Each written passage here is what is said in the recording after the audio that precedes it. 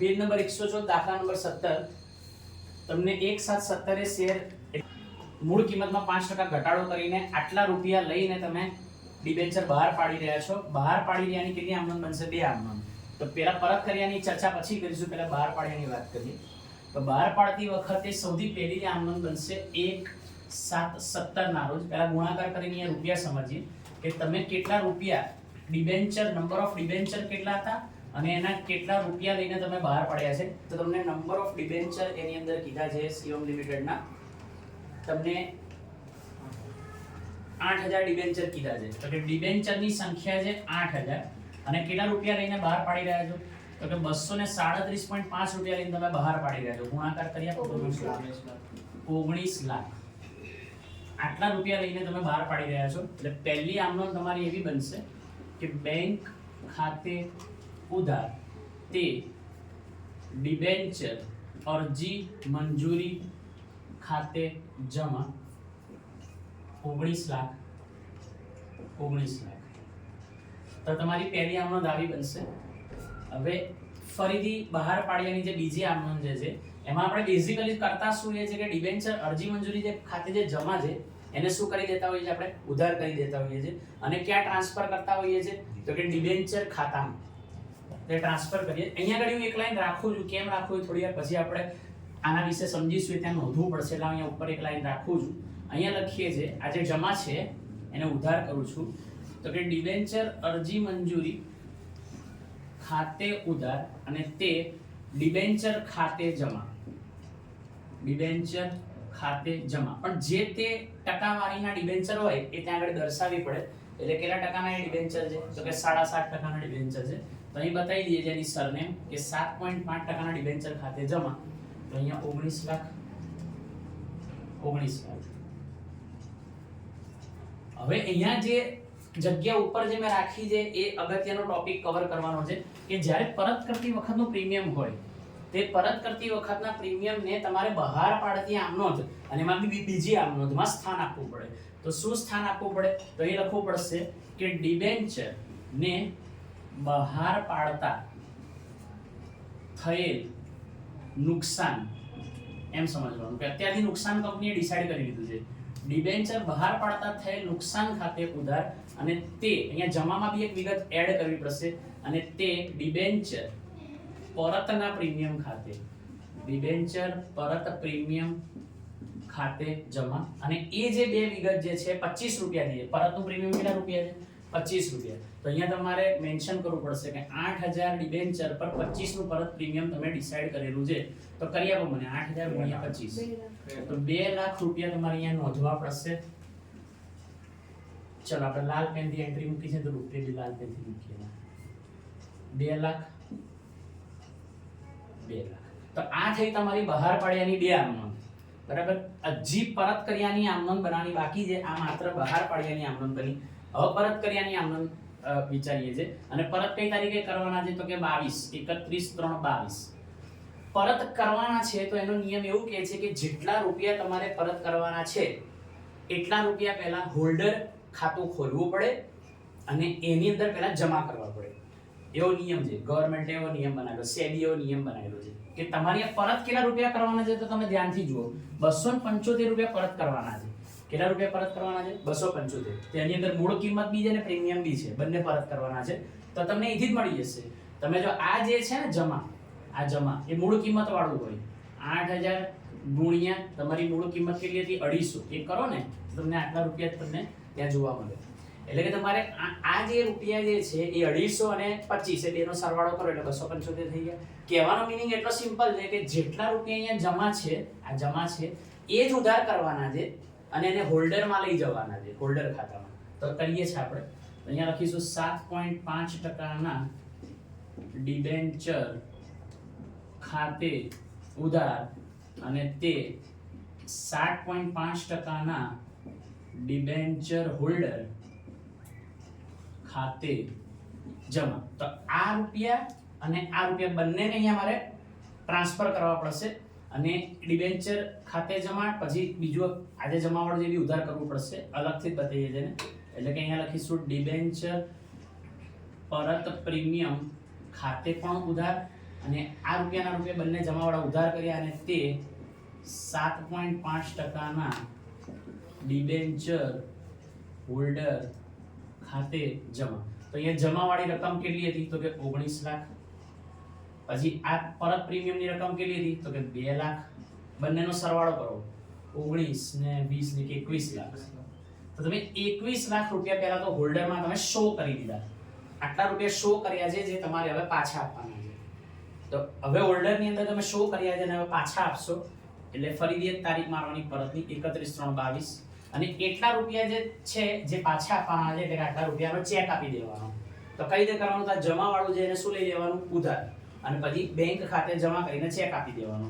તો 7.5%ના debenture holder ખાતે ઉધાર 21 લાખ અને તે બેંક ખાતે જમા 21 લાખ.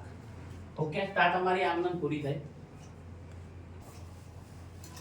દાખલા નંબર 18 ની અંદર તમને કીધું છે કે બહાર પાડ્યા. તો કઈ રીતે બહાર પાડ્યા તો મૂળ કિંમત વત્તા પ્રીમિયમ એટલે કે ભાવ વધારીને 315 રૂપિયા લઈને બહાર પાડ્યા છે અને પરત કરતી વખતે તમને શું કીધું છે કે 300 ની કિંમતનો ડિબેન્ચર છે, મૂળ કિંમતનો ડિબેન્ચર જે 330 રૂપિયા થી પરત કરવાનો છે એટલે કે 30 રૂપિયા પરતનું પ્રીમિયમ સમજીને ચાલવાનું છે, ભાવ વધારીને જ પરત કરવાનો છે. તો કે ભાવ વધારીને જ બહાર પાડ્યા અને ભાવ વધારીને જ પાછા આપવાના છે. તો સૌથી પહેલા તો આપણે આ જે બહાર પાડ્યા એની બે આમનોંધ બનશે, પરત કર્યા જે છે એની પણ બે આમનોંધ બનશે, પણ પહેલા બહાર પાડ્યાની બે આમનોંધ બતાવું છું. 1/7/17 ના રોજ તો સૌથી પહેલા તો થશે તમારું બેંક ખાતે ઉધાર અને તે ડિબેન્ચર અરજી મંજૂરી ખાતે જમા. ડિબેન્ચર અરજી મંજૂરી ખાતે જમા. તો કેટલા રૂપિયા લઈને તમે બહાર પાડે છે તો કે 315 અને નંબર ઓફ ડિબેન્ચર કેટલા છે મને જોઈને કહો. તો 14000 નંબર ઓફ ડિબેન્ચર છે અને એના ગુણ્યા કેટલા રૂપિયા લઈને તમે પ્રીમિયમ સહિત કેટલા રૂપિયા લઈને બહાર પાડે છે તો કે 315 રૂપિયા લઈને બહાર પાડ્યા છે. ગુણાકાર કર્યા 44 લાખ 10,000. હા, તો 44 લાખ ને 10,000 અહીં 44 લાખ 10,000. તો તમારી આ જે છે બીજી બહાર પાડ્યાની આમનોંધ લખીએ 1/7/17. સૌથી પહેલા તો તમે એ જે આમનોંધ જે છે મેં તમને જે પ્રમાણે સમજાવ્યું એટલી સિમ્પલ આમનોંધ છે કે જમા છે ને એ પકડી લેવાનું, આ જમા વાળાને ડિબેન્ચર અરજી મંજૂરીને ઉધાર કરી લેવાનું. વચ્ચે એક લાઈન અહીંયા ડ્રોપ કરવાની આદત રાખવાની. ડિબેન્ચર અરજી મંજૂરી ખાતે ઉધાર અને તે ખાલી જગ્યા ટકાના ડિબેન્ચર ખાતે જમા. કેટલા ટકાના ડિબેન્ચર કીધા છે 8%. એની સરનેમ 8% છે એટલે લખી નાખ્યું છે 8%ના ડિબેન્ચર ખાતે જમા. તો ડિબેન્ચર અરજી મંજૂરીની જે રકમ છે એને આપણે ડિબેન્ચરમાં ટ્રાન્સફર કરવાની. શેર જોડે બી મેં એકવાર કમ્પેર કરીને બતાવ્યું કે જ્યારે શેર વાળું ચેપ્ટર કરતા હતા ને તો આ જે રકમ હતી ને ઇક્વિટી શેર અરજી વાળી રકમ એને આપણે મૂડીમાં લઈ જતા હતા. જ્યારે તમારે ડિબેન્ચર વાળા ચેપ્ટરમાં એ રકમને ડિબેન્ચર ખાતામાં લઈ જવાની. આટલો ફેર છે. તો ડિબેન્ચર અરજી મંજૂરી ખાતે ઉધાર તે 8% ડિબેન્ચર ખાતે કેટલા રૂપિયા હતા તો કે 44 લાખ 10,000. 44 લાખ 10,000. ચલો, તો હવે હું તમને એક સવાલ પૂછું છું કે અહીંયા ગાડી જે એક વિગત ઉધારો કોઈકવાર લખતો હોઉં છું અને એ કોઈકવાર એક વિગત અહીંયા જે જમા લખતો હોઉં છું, બરાબર છે, એ લખવી પડશે કે નહીં? જેમ કે મેં લાસ્ટ સમમાં લખેલી આ લાલ પેનથી લખેલી એ વિગત અહીંયા લખવી પડશે કે નહીં લખવી પડે? આપણે પહેલા જ એની ચર્ચા કરી ચૂક્યા છે કે આ વિગત જે છે ક્યારે આવે તો જ્યારે તમે પરત કરતી વખતે પ્રીમિયમ હોય ત્યારે આ વિગત એડ કરવી પડે. અત્યારે જુઓ પરત કરતી વખતે પ્રીમિયમ છે તો તમારે એ વિગત પણ ત્યાં સ્થાન આપવી પડશે. ચલો, એ વિગતને ત્યાં સ્થાન આપીએ છીએ. પરત કરતી વખતનું પ્રીમિયમ છે તો એના માટે આપણે શું શબ્દ લખીએ છીએ તો ડિબેન્ચર બહાર પાડતા થયેલ નુકસાન ખાતે ઉધાર અને તે ડિબેન્ચર પરત પ્રીમિયમ ખાતે જમા. હવે એના રૂપિયા કેટલા તો પરત કરતી વખતનું પ્રીમિયમ જે છે એ કેટલું છે તો કે 30 રૂપિયા છે. એનાથી ગુણાકાર બતાવીએ. 14,000 ડિબેન્ચર આપણે પરત કરવાના છે અને પરતનું પ્રીમિયમ કેટલું નક્કી કર્યું છે 30 રૂપિયા. તો કરો 14,000 ગુણ્યા 30 4,20,000. હા, તો અહીં થશે 4,20,000. અહીંયા બી થશે 4,20,000. તો આ બંને જે આમનોંધ બની એ તમારી બહાર પાડ્યાની આમનોંધ પૂર્ણ થઈ. હજી આપણે પરત કર્યાની આમનોંધ બનાવવાની બાકી છે.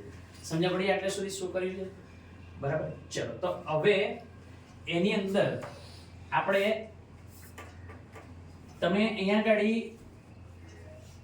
એક કઈ તારીખે પરત કરવાના છે? તમારે 30/6/23 ના રોજ પરત કરવાના છે. પણ તમે જો અહીંયા જોશો ને તો તમે અહીંયા ગાડી ડિબેન્ચર ખાતે હજી અહીંયા ગાડી તમારે મૂળ કિંમતથી એન્ટ્રી પાડવી પડશે અને તમારે પ્રીમિયમ થી એટલે કે પેલું જામીનગીરી પ્રીમિયમ થી એન્ટ્રી પાડવાની આપણે બાકી રહી ગઈ. આ જામીનગીરી પ્રીમિયમ બહાર પાડતી વખત જે છે એની એન્ટ્રી પાડવાની રહી ગઈ. તો અહીંયા ગાડી બે એન્ટ્રી તમારી જમા કરવી પડશે. તે જામીનગીરી પ્રીમિયમ ખાતે પણ જમા કરવું પડશે. ચલો તો મૂળ કિંમતથી ગુણાકાર કરીએ જે 14000 નંબર ઓફ ડિબેન્ચર મૂળ કિંમત કેટલી હતી તો કે 300 અને અહીંયા બહાર પાડતી વખતનું પ્રીમિયમ કેટલું હતું તો 14000 ગુણ્યા 15 એટલે છૂટું છૂટું જમા કરી લઈએ છે. કર્યા પ્રમાણે 14000 ગુણ્યા 30 14 તરીને 42 14 તરી 42 ને 3 ને 5 મિનિટ એટલે કે 42 લાખ અને જામીનગીરી પ્રીમિયમ એટલે કે 14000 ગુણ્યા 15 મને કરી આપો 2,10,000. તો તમે જો કે મેં બે વિગતને છૂટી પાડી દીધી. ડિબેન્ચર ને એટલે કે અહીંયા જે ડિબેન્ચર જે છે એ ડિબેન્ચર 300 ના ભાવથી અને જામીનગીરી પ્રીમિયમ શબ્દ જે છે એને બી મેં છૂટો પાડીને બતાવ્યો. આ રીતે તમારે છૂટું પાડીને બતાવવાનું. બરાબર છે. સીધે સીધું બતાવી દેશો તો પ્રીમિયમની બધી અસર છુપાઈ જાય છે. એટલે આપણે એને છૂટું પાડીને બતાવ્યું. એક વખત ઉધાર અને જમાનો સરવાળો કરીને ચેક કરો કે ઉધાર અને જમા બંનેનો સરવાળો મેચ થઈ જાય છે તો પછી આપણે સાચા છીએ. આ બંનેનો સરવાળો અને આટલો સરવાળો મેચ થાય છે એમ કરી જુઓ. મેચ થાય છે. ચલો તો તમને અહીંયા ગાડી મેં મૂળ કિંમત જે છે એને ડિબેન્ચર શબ્દની અંદર મેં તમને બતાવી અને તમારો જે જામીનગીરી પ્રીમિયમ છે એને મેં અહીંયા છૂટું પાડીને બતાવી દીધું છે. અને હવે આપણે શું કરીશું? પરતની વાત કરીશું. તો પરત જે છે કેટલા રૂપિયાથી પરત કરવાના છે? 330 રૂપિયા પેલા હોલ્ડરમાં નાખવા પડશે. 330 રૂપિયા ક્યાં નાખવા પડશે આપણે? હોલ્ડરમાં. તો ચલો હોલ્ડરમાં 330 રૂપિયા એટલે કે પહેલા તો તમારે મૂળ કિંમત નાખવાની છે અને એની જોડે મૂળ કિંમત જે છે એ કેટલી હતી? 300 રૂપિયાની મૂળ કિંમત અને 30 રૂપિયા આ પરતનું પ્રીમિયમ એટલે કે આ બે 300 મૂળ કિંમત અને 30 રૂપિયા 300 રૂપિયા મૂળ કિંમત અને 30 રૂપિયા પરતનું પ્રીમિયમ જેની પર મેં બોક્સ બનાવ્યું છે એ બંને જમાવાળી રકમને ઉધાર કરીને ક્યાં નાખવાની છે? આપણે ડિબેન્ચર હોલ્ડરમાં બતાવવાની છે. એટલે અહીંયા બતાવીશું 8% ના ડિબેન્ચર ખાતે ઉધાર. આ 300 રૂપિયા વાળી રકમ એટલે કે કેટલી છે તમારી? તો કે 42 લાખ. પછી આ જે 30 રૂપિયા વાળી એટલે કે પરતનું પ્રીમિયમ તો એ લખીશું ડિબેન્ચર પરતનું પ્રીમિયમ ખાતે પણ ઉધાર. કેટલા?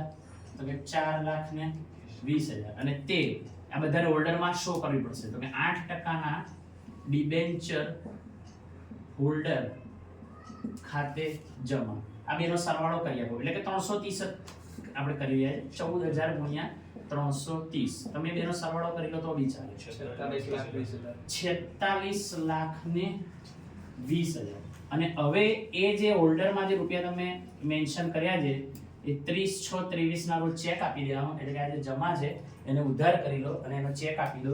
તો 8% ડિબેન્ચર હોલ્ડર ખાતે ઉધાર અને તે ચેક આપી દઈએ છે રિલીઝ કરી દેવાનો છે બેંક ખાતે જમા 46,20,000 રૂપિયાનો તમે ચેક આપી દીધો.